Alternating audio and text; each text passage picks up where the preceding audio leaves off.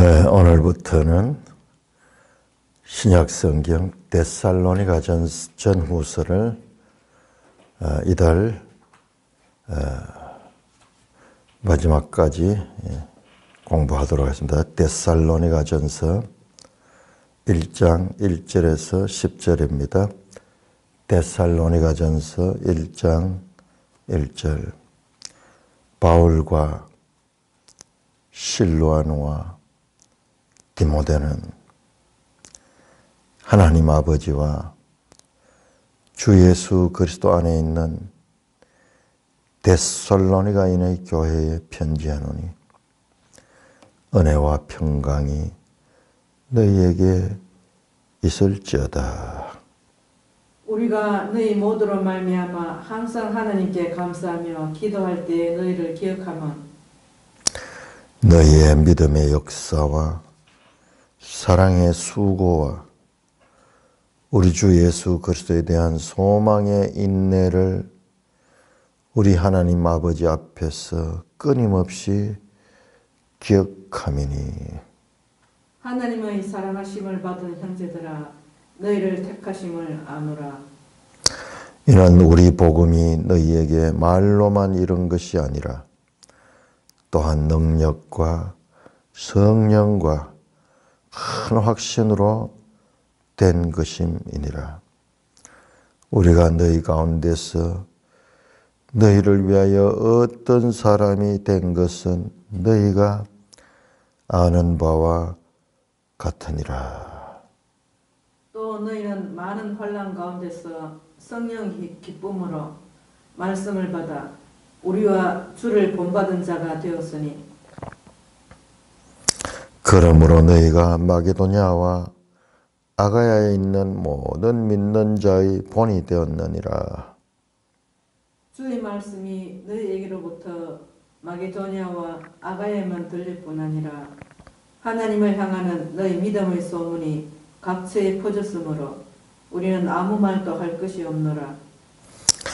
그들이 우리에 대하여 스스로 말하기를 우리가 어떻게 너희 가운데 들어갔는지와 너희가 어떻게 우상을 버리고 하나님께로 돌아와서 살아계시고 참되신 하나님을 섬기는지와 또 죽은 자들 가운데서 다시 살아나신 그의 아들이 하늘로부터 강림하실 것을 너희가 어떻게 기다리는지를 말하니 이는 장래의 노하심에서 우리를 건지시는 예수시라. 오 하나님 아버지 하늘을 감사합니다. 그동안 한 달, 한 20일 동안 레위기를 공부를 하다가 이제 이 여름의 끝자락에 데살로니가 전서를 또 데살로니가 후서를 이어서 공부할 수 있도록 하나님의 계시를 알아갈 수 있도록 진보할 수 있도록 은혜를 베풀어 주시니 감사를 드립니다. 우리 주 예수 그리스도의 이름으로 감사하며 기도드리옵나이다. 아멘.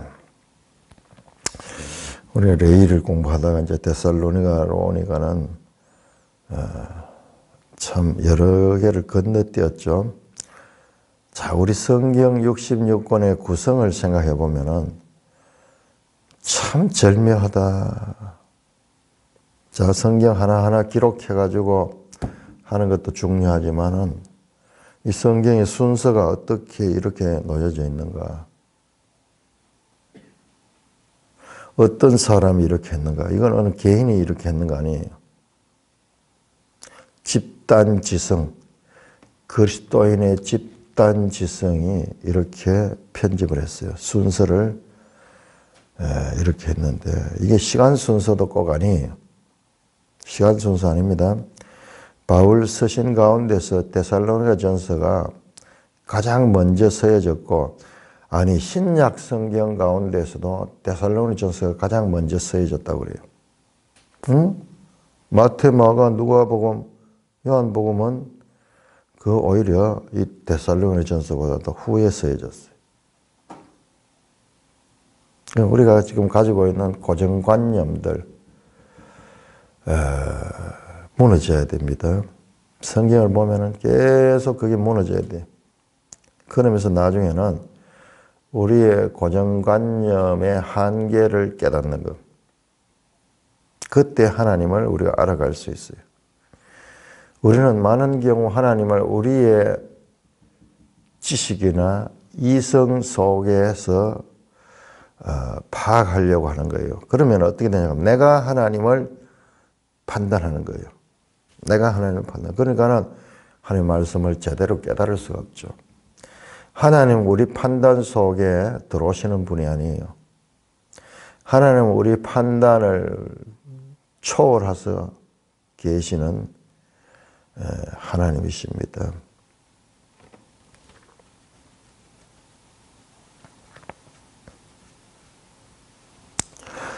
자, 그런데 이 순서를 한번 보시면은, 이제 우리가 이 레위기를 공부를 하니까는, 그리고 지금, 바울 서신을 이렇게 만나게 되니까는, 그게 보이네요.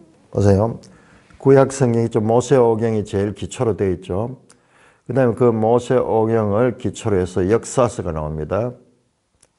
역사서가, 사사기, 사무엘 상하, 열왕기 상하 나오죠. 그 다음에 우리 성경에 거기서 끝나지 않고 포로에서 돌아온 에스라, 느헤미야, 그리고 포로되어서 남은 나라에 살고 있는 사람들의 이야기인 에스더서, 여기까지가 역사서예요. 여기까지 역사서.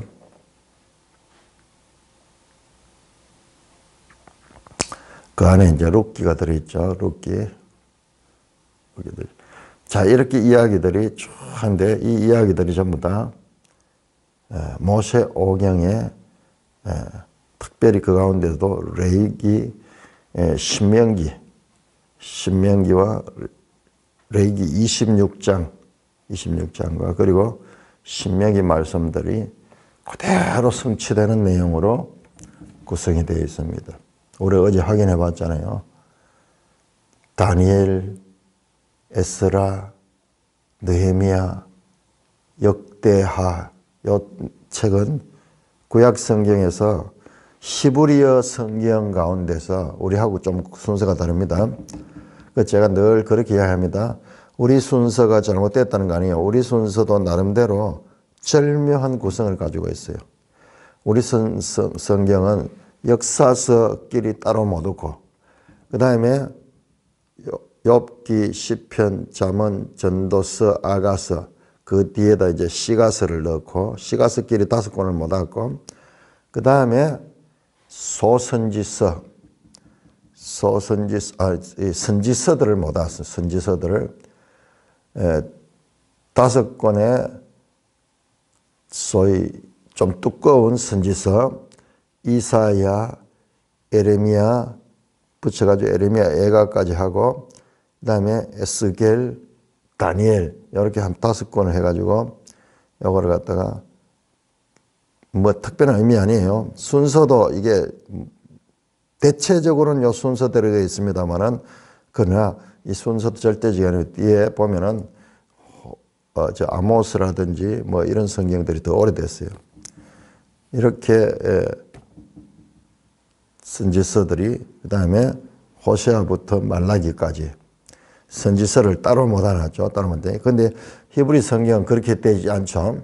히브리 성경은 우리하고 구성이 다른데, 놀랍게도 성경 마지막이 다니엘, 에스라, 느헤미야, 그 다음에 역대상하, 역대하가 끝이에요. 근데 전부 다 그 책들이 신명기에서 말씀했던 포로에서 흩어진 상태에서 회개하는 내용이에요. 죄를 자복하며 우리가 하나님의 명령과 구려와 법도를 어겼습니다. 우리와 우리 조상들이. 그래서 우리가 이 남은 날에 쫓겨나서 많은 고난을 받는 것은 당연합니다. 심지어는 에스라 같은 데 보면요, 우리가 고난을 받는 것이 적습니다. 왜냐? 우리의 죄보다도 우리의 고난이 거기에 비하면 적습니다. 우리는 더 심한 징벌을 받는 기쁘게 징계를 받는 내용들이 나와요. 깨닫고 자신들의 죄악됨과 그걸 성경은 마음의 할례를 받은 상태라고 말씀했죠. 마음의 할례.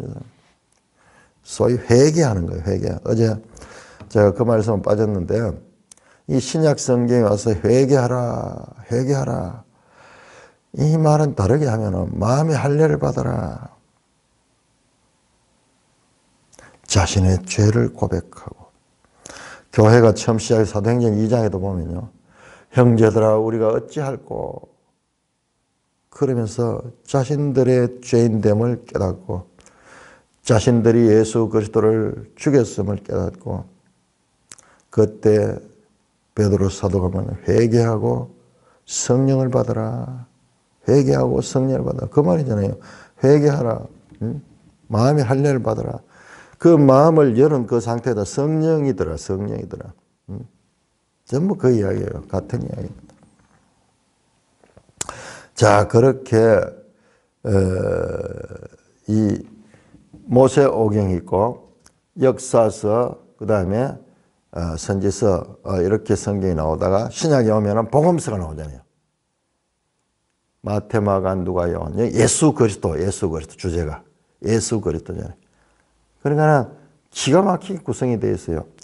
구약 성경은 전부 예수 그리스도를 향하고 있고 그리고 신약 성경이 시작되자마자 예수 그리스도가 등장하고 이제 그 다음에 사도행전이 나와가지고 신약 이제 교회 역사가 1세기 교회 역사가 나타나고 그 다음에 바울 서신이 나오죠. 로마서부터 바울 서신이 나오고 그 다음에 요한, 베드로 뭐 일반 서신들 나오고 나중에 요한계시록 나오죠. 이 바울 서신은 뭐냐 그러면은 요 복음서에 나타난 예수 그리스도, 이 예수 그리스도가 바로 구약에서 말씀해오던 그분이라는 것을 우리에게 가르쳐주고 그리고 그것을 설명하는 거예요. 정교하게 구성이 되어 있잖아요. 정교하게. 자, 데살로니가 전서는 바울 서신 가운데서 가장 먼저 기록된 것으로 본다. 언제쯤 AD 한 50년경으로.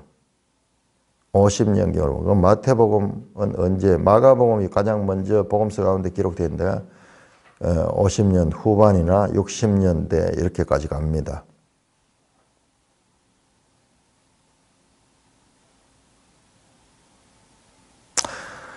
자, 우리 지도를 한번 볼까요? 데살로니가가 어디인가 지도를 한번 볼까요? 데살로니가는 마게도냐 지역에 있습니다. 자, 우리 지도책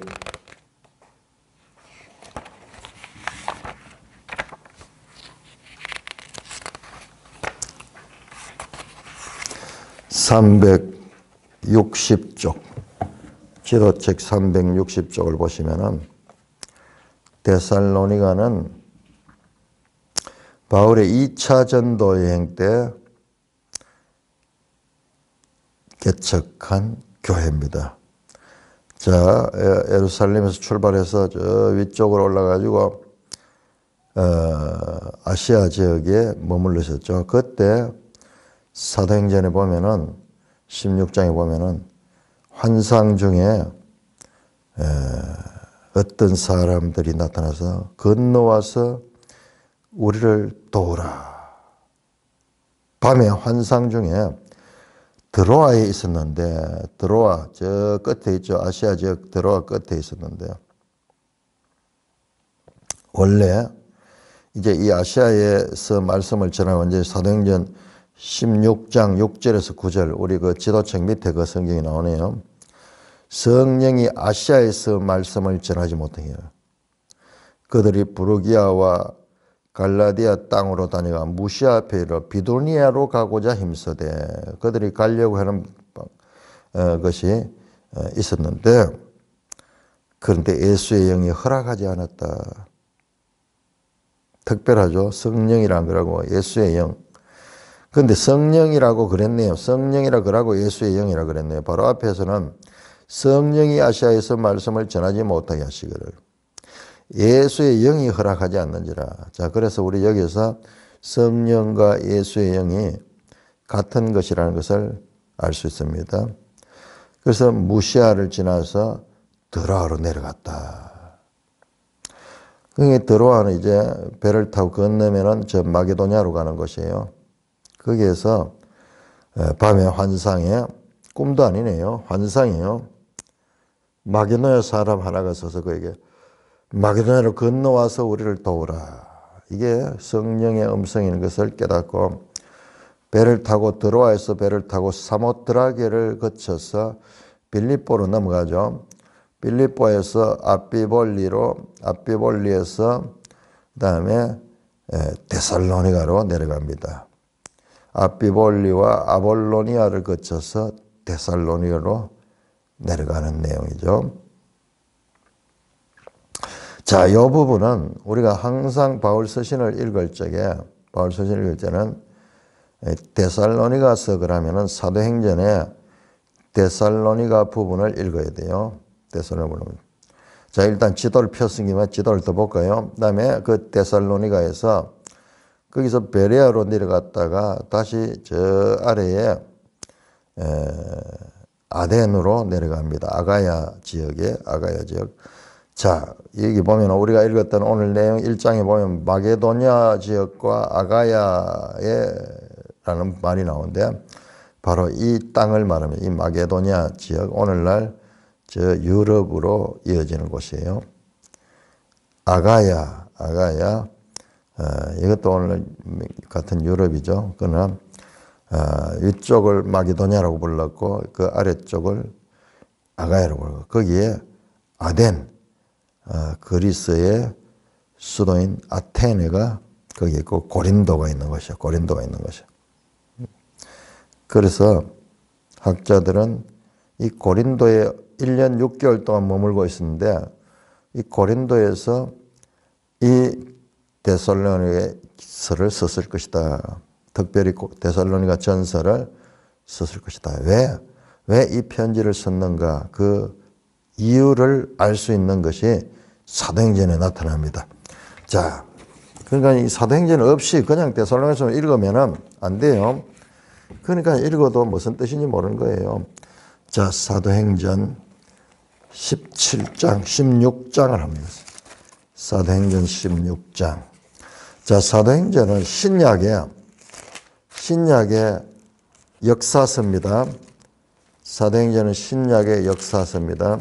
그래서 항상 사도행전이 서신서를 읽을 적에는 사도행전을 중심으로 연결해서 읽어야 돼요. 자, 16장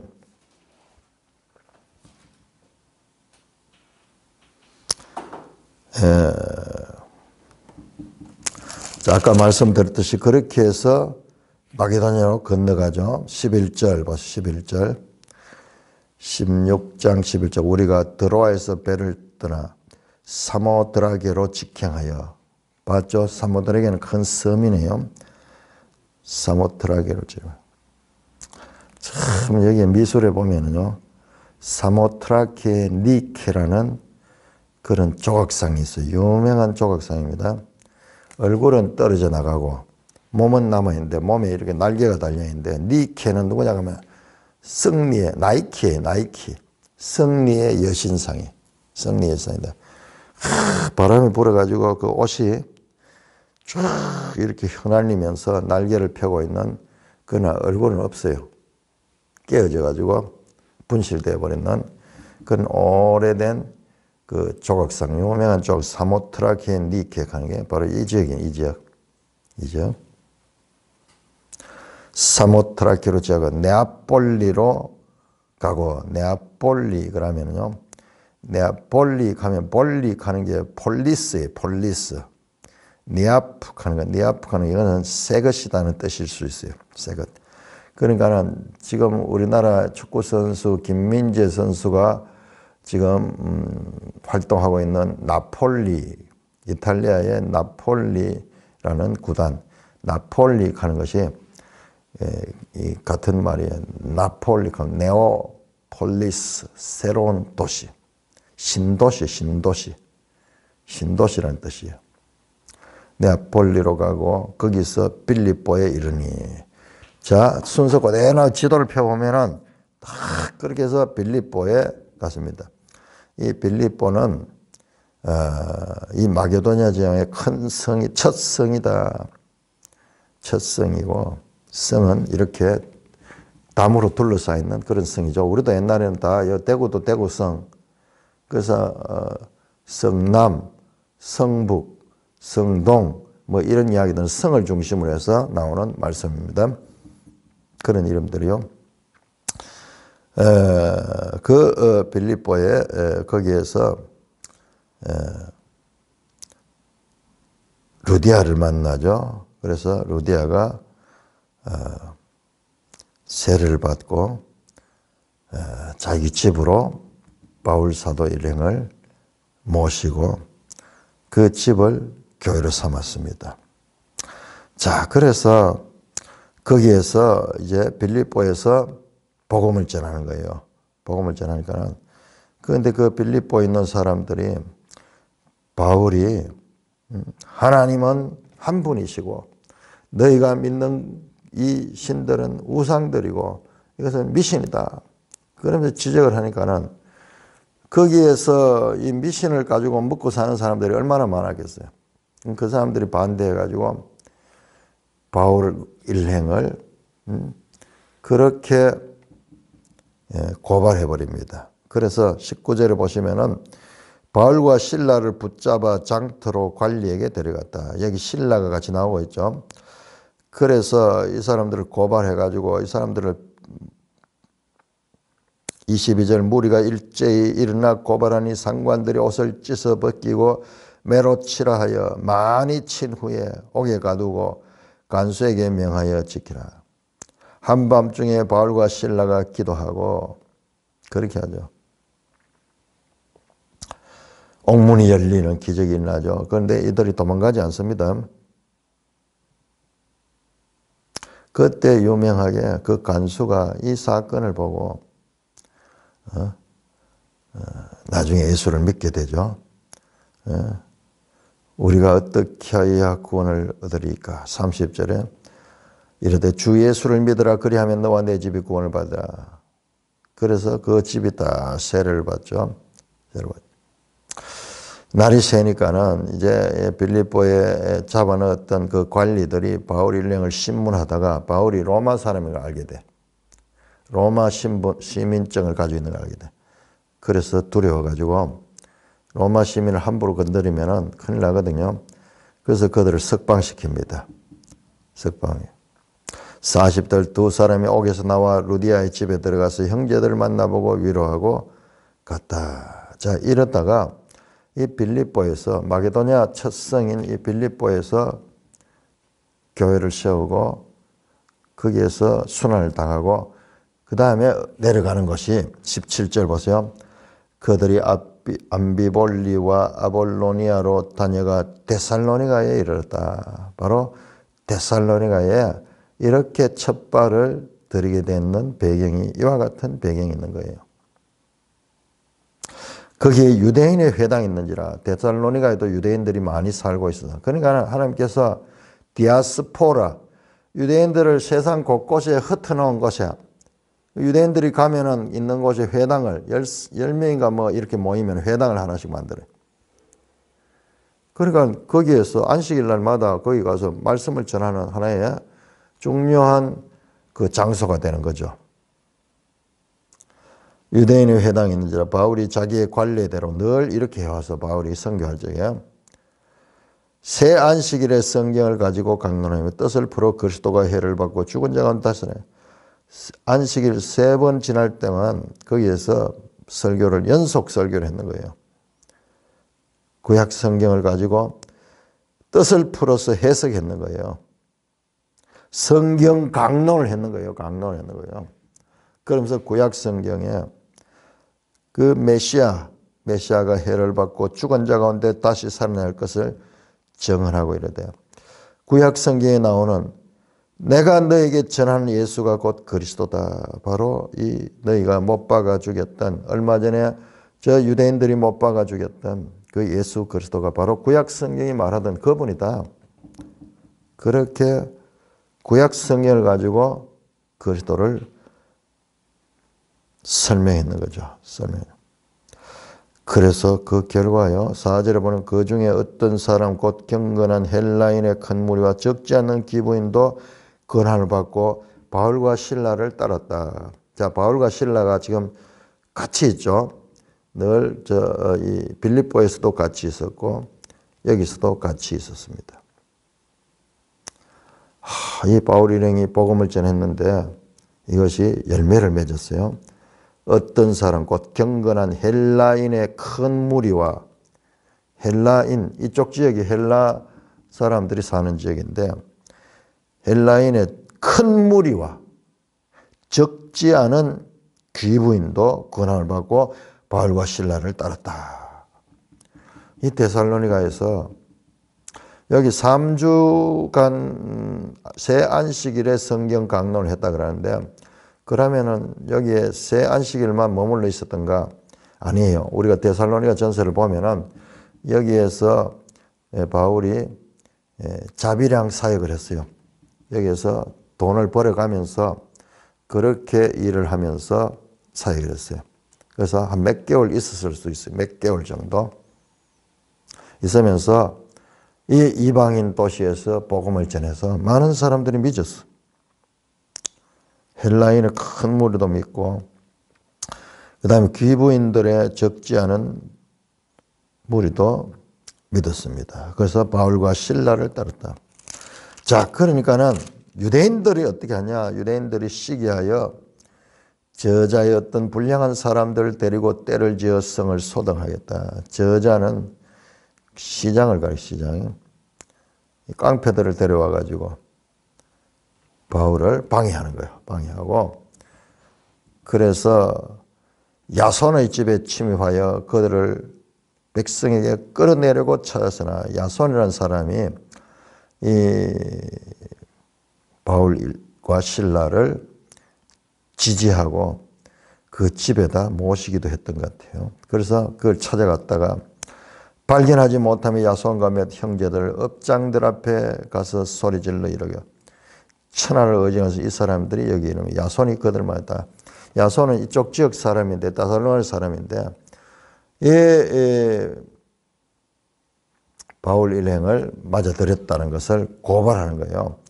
그러면 왜 고발되느냐? 7절에 보니까는 이 바울 일행들이 낯선 사람들이 와서 누구를 전하냐? 예수를 전하는데 예수는 누구냐가 가이사의 명을 거역하는 자다.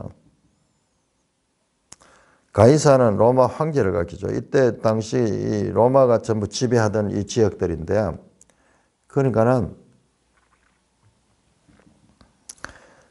가이사를 거역한다 그러면은 이것은 반역이요.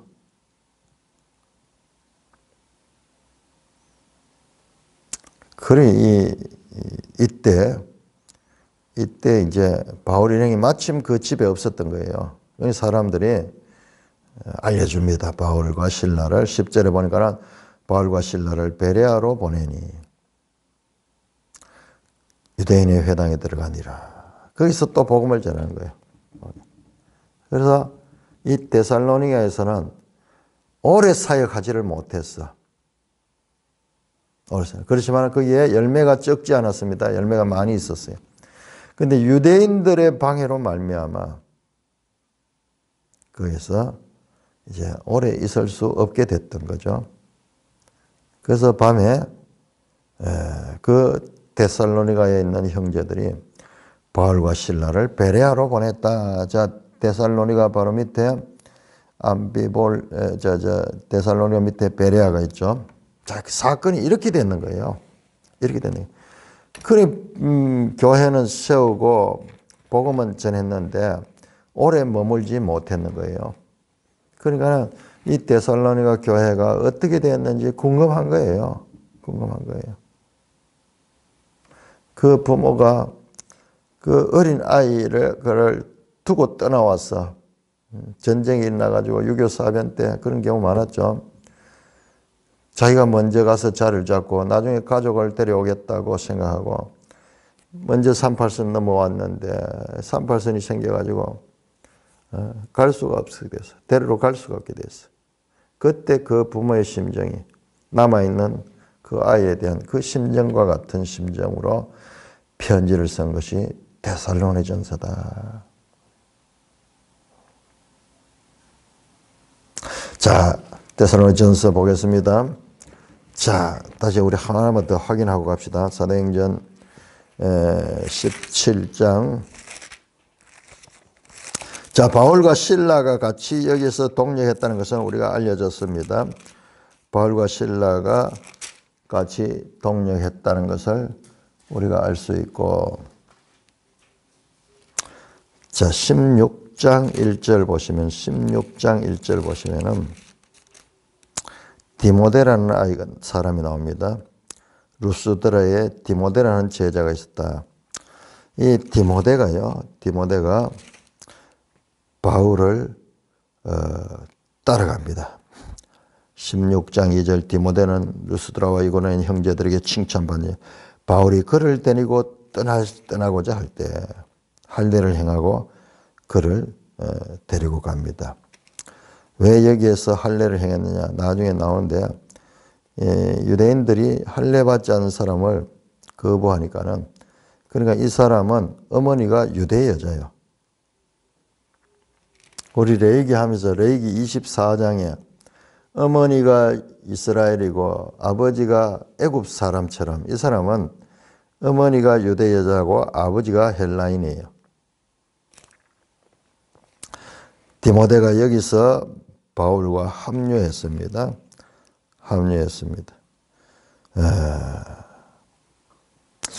그러면서 보세요. 사도행전 17장 15절 실라와 디모데는 아직 거기 머물더라. 15절에 바울이 인도하면서 데리고 아덴에 이르러 거기 실라와 디모데를 자기에게로 돌아오기로. 그러니까 이쪽 지역에 마게도냐 지역에 빌립보부터 저 데살로니가, 베레아, 나중에 아덴, 고린도 이쪽에 이제 복음을 전하는데 여기에 있을 때에 동행했던 사람, 동역자가 실라와 디모데예요. 자, 그래서 우리 데살로니전서 1장을 보세요. 1장 1절을 보세요. 놀랍잖아요. 얼마나 정확한지. 바울과 실루아노, 이게 실라예요. 실라와 디모데는 하나님 아버지와 우리 주 예수 그리스도 안에 있는 데살로니가인의 교회에 편지하노니 은혜와 평강이 너에게 있을지어다. 여러분 이거 한번 보세요. 성경이 얼마나 정확한가. 우리는 이걸 분리해서 봐보니까 이 감동을 잘 못 느끼는 거예요. 지금부터 2000년 전에 기록된 편지 가운데서 그 사도행전의 정황과 그리고 이 서신서가 정확하게 일치하잖아요. 섬뜩할 정도로 일치하잖아요. 구약도 마찬가지였어요. 전부 그렇게 되어 있어요. 근데 우리가 이걸 깨닫지를 못하니까는 이게 지금 흐릿하게 보는데 정확한 책이에요, 정확한. 바울과 실라와 디모데는 여기서는 이 편지를 쓰는 발신자가 세 사람으로 나옵니다. 1인칭 복수. 그래서 이어지는 내용 뭐 우리가 내가가 아니고 우리가.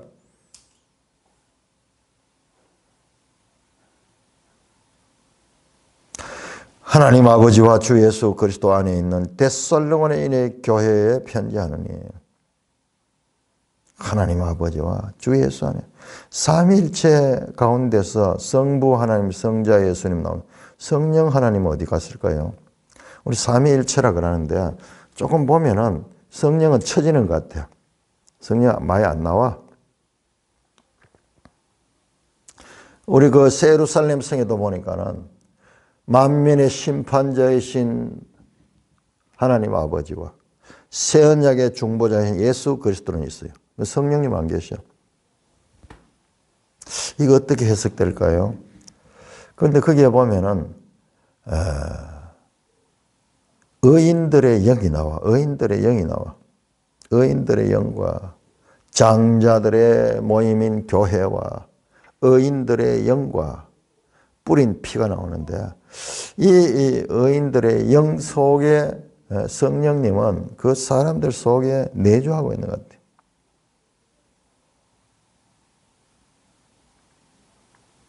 자, 여기에서도 하나님 아버지와 주 예수 그리스도 안에 있는 데살로니가 교회, 바로 그 성부 하나님과 성자 예수님, 그리고 이제 이어서 나오겠지만은 성령님은 이들과 함께하고 이들 속에 내주하고 계신다.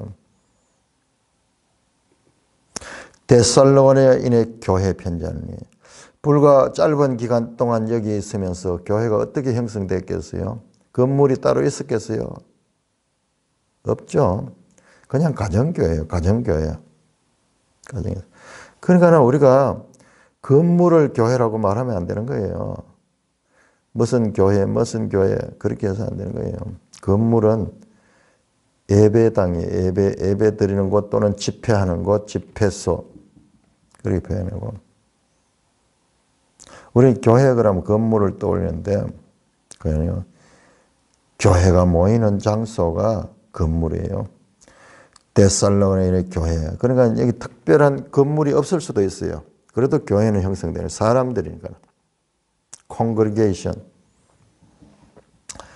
은혜와 평강이 너에게 있을지어다.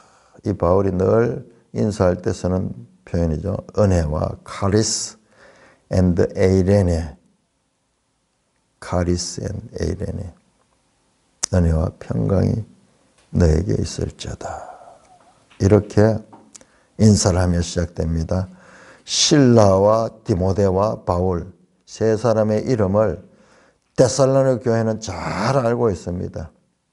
이 사람들에게 잘 알려진 자들이에요. 함께 동력했기 때문에.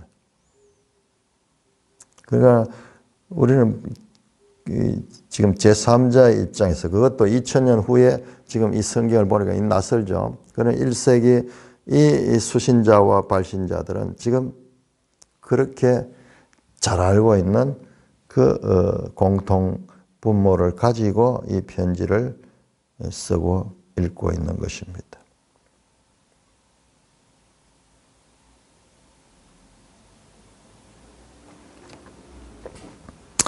우리가 너희 모두로 말미암아 항상 하나님께 감사하며 기도할 때 너희 모두로 말미암아 데살로니가 교회를 말하는 거예요. 항상 하나님께 감사하고 기도할 때 너희를 기억하며 이렇게 짧은 기간 목회를 하고 떠났는데 그들이 어떻게 됐을까? 그 교회는 계속 이어질 수 있을까? 그런데 소문을 듣는 거예요. 소문을 듭니다. 너희의 믿음의 역사와 사랑의 수고와 우리 주 예수 그리스도에 대한 소망의 인내를 우리 하나님 아버지 앞에서 끊임없이 기억하미니. 이 소문을 앞에서도 사도행전에 나왔죠. 소문을 듣고 편지를 쓰는 거예요. 이 디모데와 실라를 보내가지고 다시 이 상황을 확인하고 그 이후에 어떻게 되는가 확인하고 바울이 지금 고린도에서 이 편지를 쓰는 거예요. 한 1, 2년 지난 후에 너희의 믿음의 역사와 사랑의 수고와 예수 그리스도에 대한 소망의 인내. 이거 보세요. 앞자리 보세요. 믿음, 사랑, 소망. 고린도전서 13장 14절 믿음, 소망, 사랑. 믿음, 소망, 사랑 나오죠. 바울이 늘 믿음과 소망과 사랑을 여기 말합니다. 자, 믿음은 하나님과의 관계입니다. 우리 사람이 하나님과의 관계. 사랑의 수고, 사랑은 신자들 간에 있어가지고 사랑을 하는 거예요. 소망의 인내는 예수님의 재림에 대한 소망. 그 재림할 때까지 인내하면서 기다리는. 자, 데살로니가 전서 보면 재림에 대한 말씀이 많이 나와요. 재림에 대한 말씀이 나옵니다. 그 1세기에 이 성도들은 예수님의 재림에 대해서 때와 시기는 알려주시지 않았기 때문에 재림이 자기들 시대에 올 것으로 생각하며 임박하게 생각했습니다. 그래서 재림에 관한 말씀이 많이 나와요. 그러니까 이게 가장 먼저 쓴 서신이라는 것을 알 수 있는 것이 바울 서신의 다른 서신보다도 차이가 있어요. 시작된 종말론이 안 나오는 것 같아요. 시작된 종말론. 뒤에 보면 이제 확인해 보겠습니다. 그러니까 한 권 한 권의 특징을 이제 알아가는 거죠. 우리 신약성경은 다 시작된 종말론을 기본으로 깔고 있는데 여기는 그거잖아요. 이제 바로 재림이 이제 바로 올 것이라고 그렇게 생각하고 있었어요. 자, 믿음의 역사, 사랑의 수고, 소망의 인내, 믿음의 열매가 이 믿음의 역사로 나타나고, 그 다음에 사랑의 열매가 수고예요, 수고. 수고해서, 아니, 사랑이 흘러 나타나는 것이 수고를 통해서 이웃에게 사랑이 나. 그 다음에 예수 그리스도에 대한 소망은 인내를 가지고 기다려야 돼. 기다려야 돼. 자, 우리 한번 볼까요? 계시록 2장 한번, 요한계시록 2장.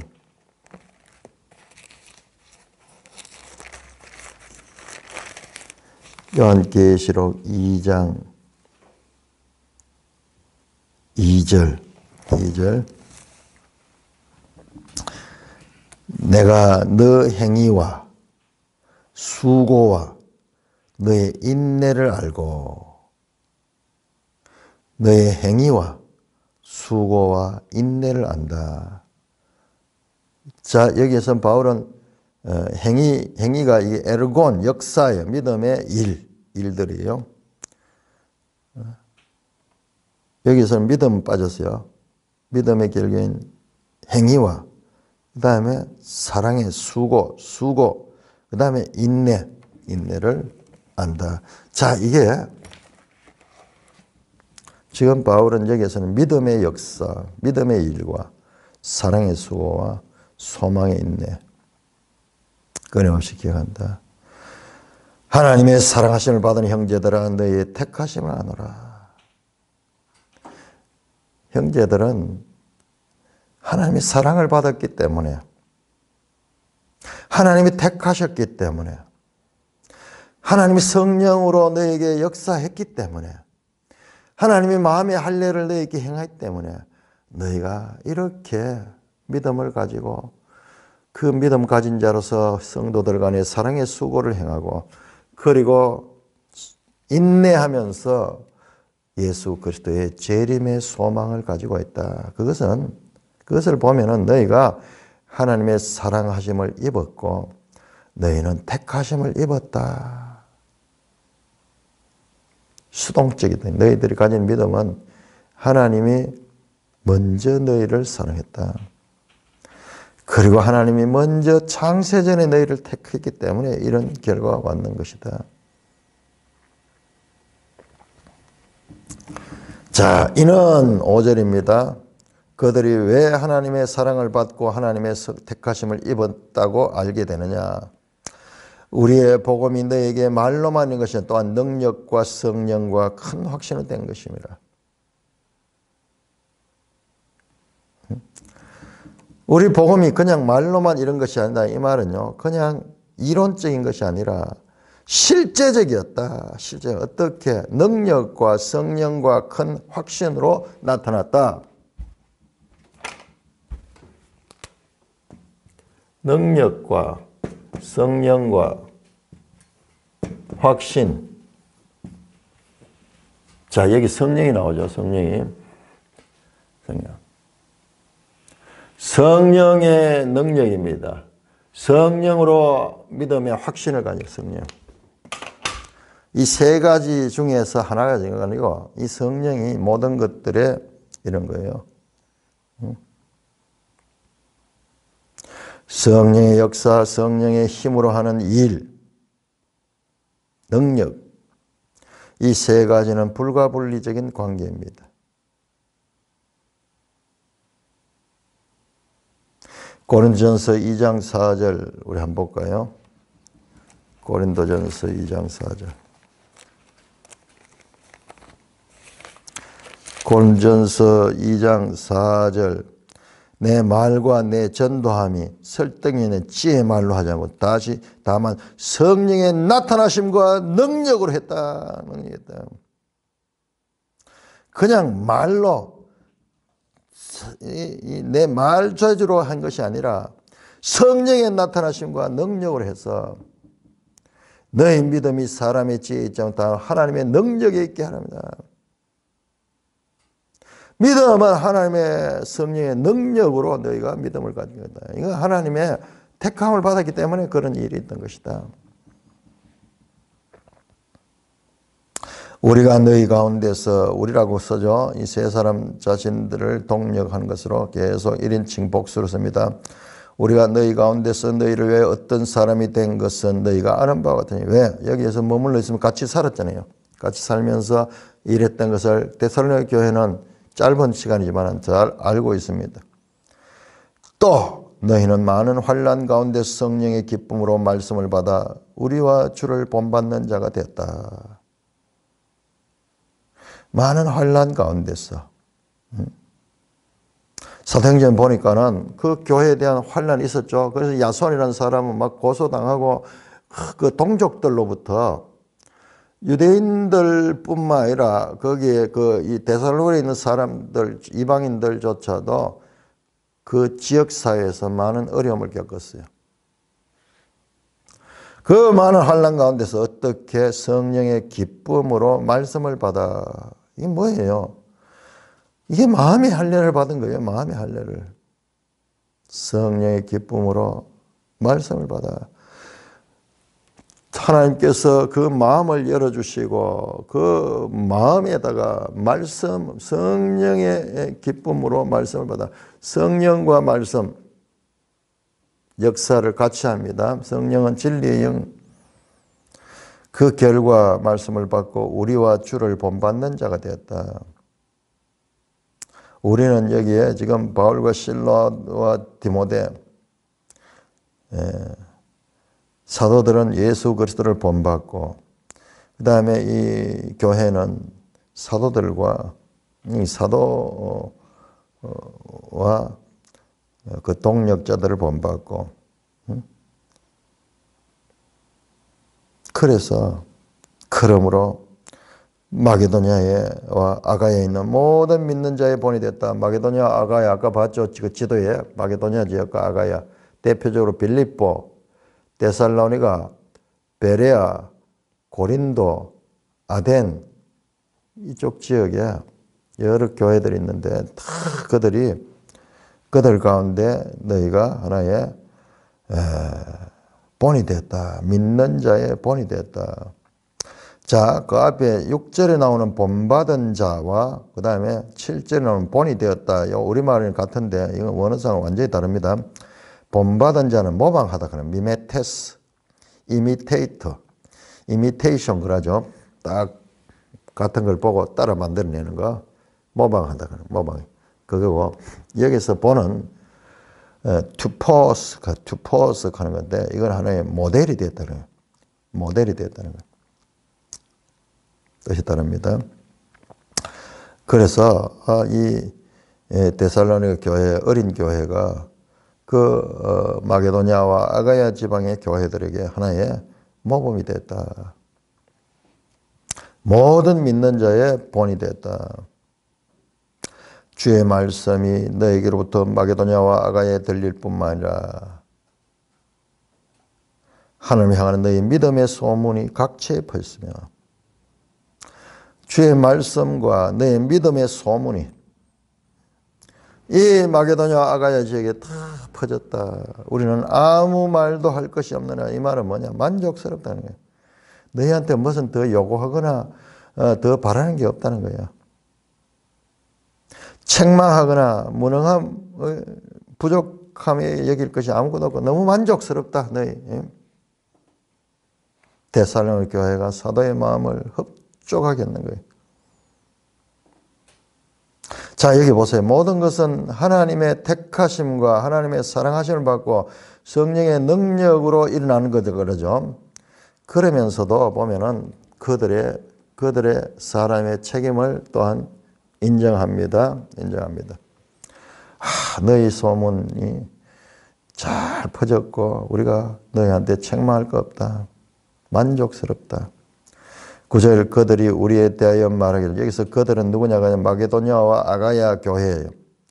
마게도냐와 아가야 교회가 우리에게 대하여 스스로 말해요. 우리가 어떻게 너희 가운데 들어갔는지, 너희가 어떻게 우상을 버리고 하나님께로 돌아와서 살아계시고 참 하나님을 섬기는지와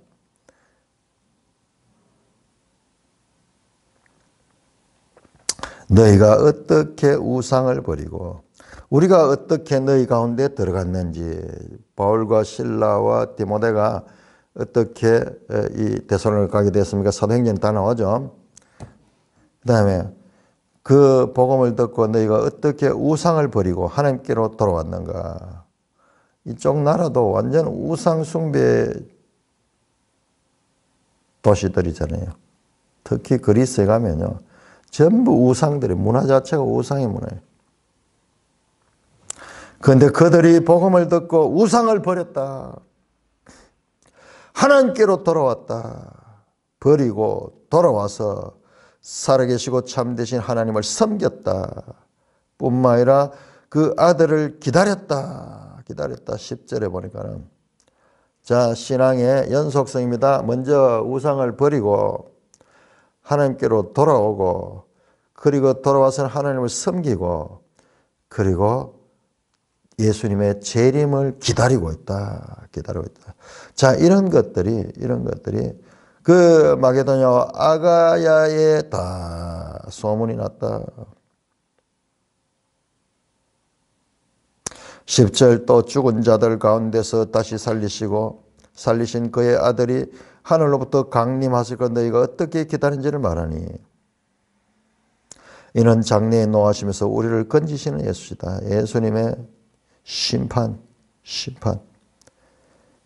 하늘로부터 다시 살리신 그 아들이, 부활하신 그 아들이 이제 성천하시고 보좌 우편에 계시는데, 이분이 다시 오실 것이다. 자, 데살로니가 전서는 이 재림에 대해서 강조합니다. 자, 5장 한번 볼까요? 5장 1절에서 데살로니가 전서 5장 1절, 형제들아 때와 시기에 관하여 너에게 쓸 것이 없는 주의 날이 밤에 도둑같이 이를 줄 너희가 자세히 알거든.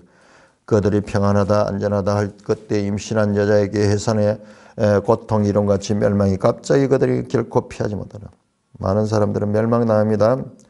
형제들아 너희는 어둠에 있지 아니하는 그날이 도둑같이 너희에게 임하지 못하니 다 빛의 아들이요 낮의 아들이요 우리가 밤이나 어둠에서. 그러므로 우리는 다른 이들과 같이 자지 말고 오직 깨어 정신을 차리자. 믿음으로 깨어 있자. 예수님이 재림한다. 그런데 우리는 믿는 자들은 장래에 노하심, 심판에서 우리를 건짐을 받는다. 그래서 하늘로부터 강림하실 것을 기다리고 있다. 자, 1장은 어떤 지시적인 명령이나 다른 신학적인 주제나 이런 것들이 없습니다. 바울 일행이 데살로니가 교회 어린 성도를 위하여 기도하며 감사하는 내용으로, 특별히 그들이 가진 믿음의 가치를 인정하고 격려하는 내용으로 되어 있습니다. 신앙의 연륜이 적은 성도들을 사랑으로 격려하며 그들의 믿음을 긍정적으로 붙돋아주는 본문의 부디가 드러납니다. 이 데살로니가 전후서에는 로마서나 갈라디아서와 같이 율법에 관한 말이 없어요. 그 유대인들과의 논쟁 가운데서 율법이 무엇이냐 그걸 가리키는 내용이 없어요. 그게 없어요. 그건 없고 아주 가장 초창기에 바울이 어떻게 복음을 전하며 어떤 태도로 교회를 양육했는가를 생생하게 볼 수 있는 그 어떤 내용들이 담겨져 있습니다. 훈훈한 분위기죠. 훈훈한 분위기입니다. 그 교회가 어린 교회에 씨를 심었는데 그것이 자라고 든든히 세워지고 있다. 이어지는 내용에서 더 구체적인 말씀이 나올 것이고 10절에 보면은 10절에 다시 살리신 그의 아들이 하늘로부터 강림하신다. 곧 강림하신다는 거 이렇게 생각하는 거예요. 그러니까 때와 시기는 예수님이 가르치지 않았어요. 이게 복이에요. 그걸 가르쳐 주면은 2025년에 임한다 이러면 사람들이 마음이 다 풀어질 거예요. 모든 성도들이 자기 시대에 예수님이 재림할 것 같이 이거는 모르는 것이 복이에요. 모르는 것이 복이에요. 알면은 마음이 해태해진다. 마음이 아무래도 긴장을 가지지 않게 되고 이 주님의 재림이 특정한 시대에 그 사람들의 일이 될 것이죠. 그러나 우리 성도들은 자기 당대에 재림이 오실 것이라는 생각을 가지고 늘 깨어서 긴장 가운데서 그러다가 신앙을 가져야지 건강한 신앙이 유지됩니다. 여기 보면은 미래 종말론, 시작된 종말론에 대한 것이 없어요. 그냥 이미 하나님 나라가 왔다 뭐 이런 이야기 없잖아요. 이제 재림이 곧 일어날 거다. 그때 너희가 구원을 받게 될 것이다. 너희는 심판을 받지 않고 그렇게 말씀하고 있고 참 이 재림이 곧 일어날 우리 시대에 일어날 것이라고 생각할 때 우리 신앙이 얼마나 더 경건해지며 더 긴장이 되며 더 우리가 하나님께 가까이 가겠습니까? 이게 하나님의 지혜예요. 계속 말합니다. 바울도 그렇게 때와 시기가 너희에게 가르쳐 주지 않았다. 예수님도 때와 시기는 너희가 알 바 아니다. 나도 모른다. 아버지만 안다. 그럴 정도로 이 때와 시기는 교회에게 가리워 놨어요. 그런데 교회 역사를 보면 이단들은 끊임없이 이 때와 시기를 자기들이 안다고 그래. 자기들이 안다고 그래. 제7일 안식일 예수 재림교회 가는 거. 그 교회 이름이 그 정식 명칭이 그 예수 재림교회. 재림 자기들은 안다는 거예요. 날짜를 계산해가지고 그래가지고 1884년 실패를 보고 또 지금도 뭐 계속 그거 하고 있어요. 계속. 재림은 때와 시기는 우리가 알 수가 없고 단지 우리는 우리 시대에 재림이 오실 것이라는 믿음을 가지고 그렇게 하나님 앞에서 진지하게 살아가는 그것이 복된 것인 것을 우리는 이 데살로니가전서 1장을 통해서도 알 수가 있습니다. 찬송가 454장입니다.